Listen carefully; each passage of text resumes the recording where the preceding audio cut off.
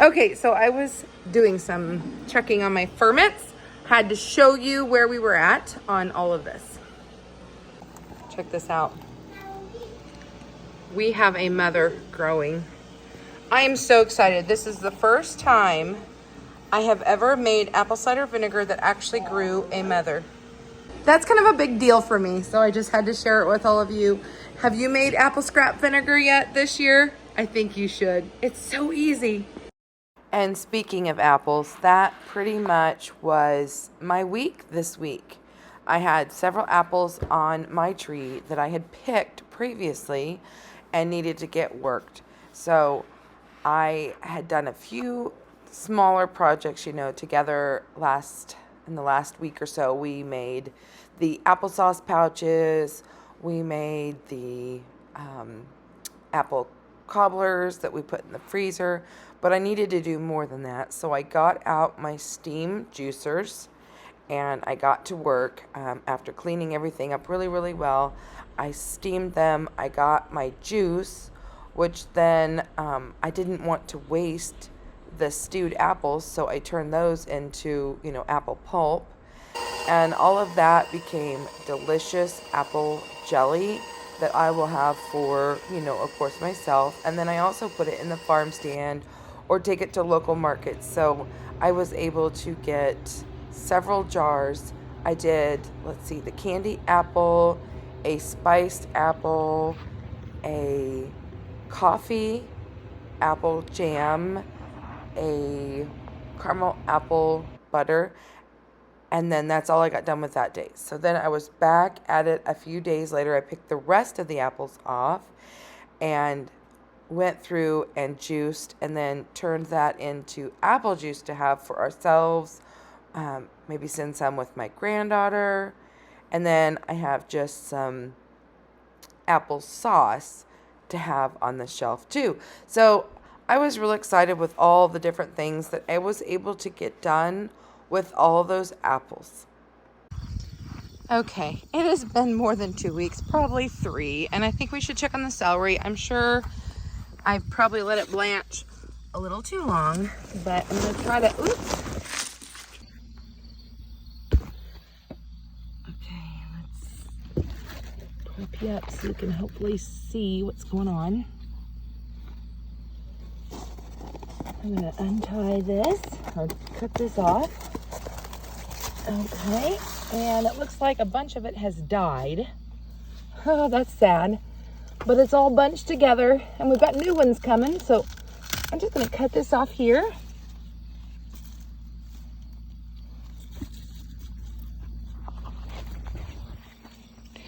And just in case you didn't get to see it, we'll show you again. This is what we got. I think it's less than what we had, but it's okay. I'm excited because I didn't even know I had celery. I know, it's an extremely small grouping of celery, but you'll notice I cut it off with a little bit left. I probably should have gotten a little closer to the ground, but I thought, maybe this celery will regrow and I'll be able to get some more this fall. It'll be a fun experiment. So all I did for now is I wrapped it in, after rinsing it off, I wrapped it in a paper towel, and then I wrapped it in foil. That's a way you can keep things in the refrigerator for a longer time, especially produce like celery. And then while I was out in the garden, I was so excited.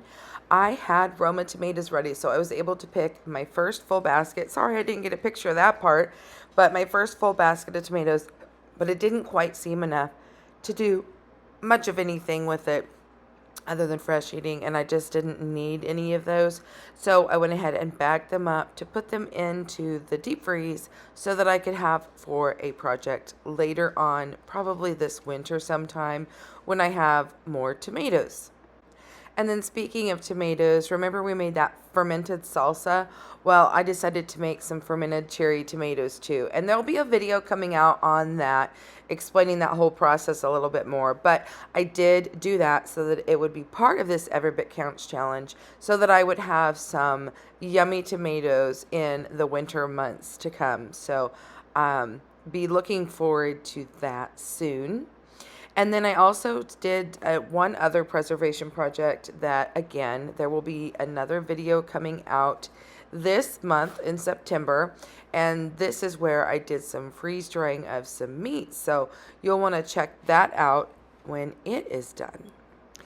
If you like these kinds of videos, I am going to be participating in another collaboration put on by Lynn over at Bucket List Homestead that I think ties in really nicely with this collaboration. It's called Stock It September, where once a week we do some shopping for those things that we don't put up ourselves and we can go to the store and get. Maybe people might stock up on dry goods. Maybe people will get canned goods. It'll be really interesting. It's an open collaboration, and then I was in it last year, and of course I'm in it again this year. So I hope that you continue on this like-minded journey and come with myself and Lynn, where she'll have the playlist and see what everyone is doing this month.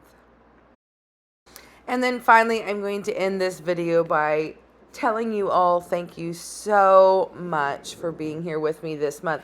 It was a lot of fun. I really didn't know what all I was going to get done. I had a lot of projects and things going on besides preservation this month. I got to spend a lot of time with my sweet grandbaby. I've got her yet coming this next month a little bit too, and then we're going to be rolling into harvest. So it's a busy, busy time for me on the farm, and I appreciate you all being here and supporting me, and I look forward to seeing you all on my next adventure, because you never know what I might do. Bye for now, friends.